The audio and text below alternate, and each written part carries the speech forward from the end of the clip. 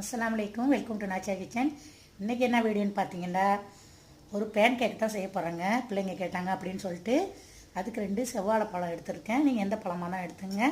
இந்த மிக்சியில் போட்டுக்கலாம். 2 வாழைப்பழம் எடுத்திருக்கேன், கட் பண்ணி மிக்சியில் சேர்த்துக்கலாம். இதோட நான் 2 ஸ்பூன் சுகர் சேர்த்துக்கிறேன். நீங்கள் நாட்டு சர்க்கரை வேணாலும் சேர்த்துக்கலாம். உப்பு சேர்த்துக்கிறேன். 1/4 ஸ்பூன் பேக்கிங் பவுடர் சேர்த்துக்கிறேன். 1/2 டம்ளர் பால் எடுத்து வச்சுருக்கேன், நம்ம அதையும் சேர்த்துக்கலாம்.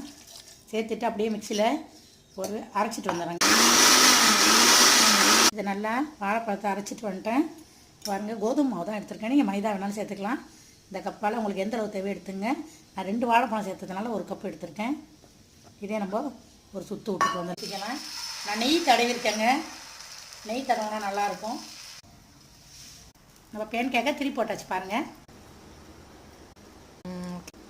நம்மளோட பேன் கேக் சூப்பராக ரெடி.